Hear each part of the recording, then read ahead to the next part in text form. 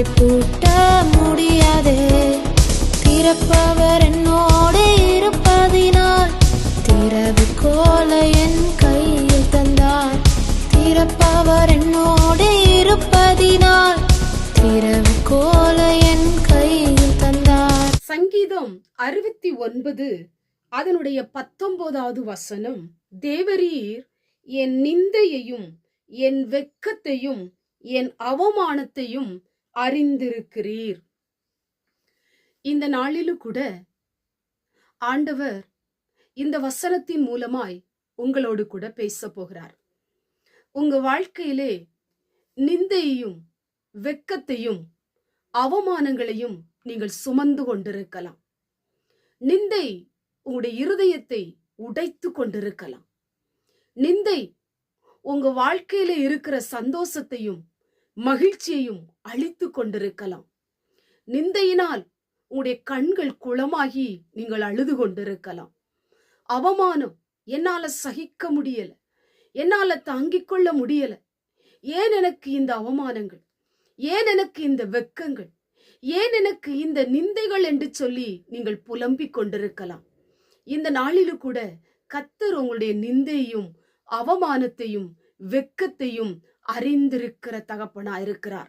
இன்றைக்கு அவமானத்தின் கதவுகள், நிந்தையின் கதவுகள், வெட்கத்தின் கதவுகள் மூட போகிறது. ஒரு அதிசயத்தின் கதவு உங்களுக்காக திறக்க போகிறது. கண்பான தேவ பிள்ளையே, நீ நிந்தையை சகித்தது போதும், நீ அவமானப்பட்டது போதும், நீ வெட்கப்பட்டு தலைகுனிந்தது போதும்.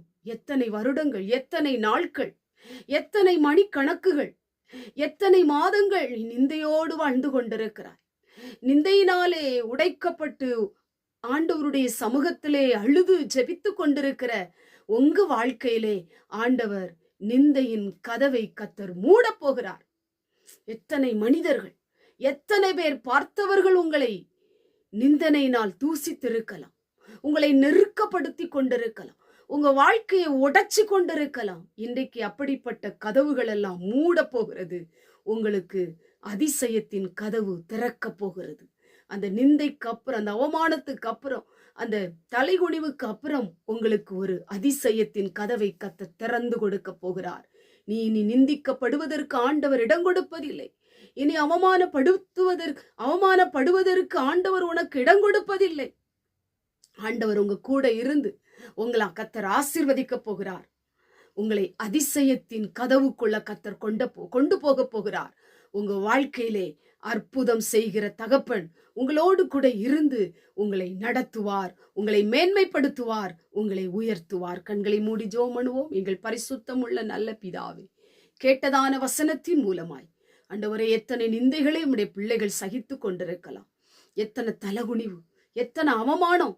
இன்னைக்கு அப்படிப்பட்ட கதவெல்லாம் மூடி ஆச்சரியத்தின் கதவுகளை, அதிசயத்தின் கதவுகளை உம்முடைய பிள்ளைகளுக்கு திறக்க போகிற தயவுக்காய் ஸ்தோத்திரம். இயேசுவின் மூலம் ஜெபிக்கிறோம் பிதாவே, ஆமென்.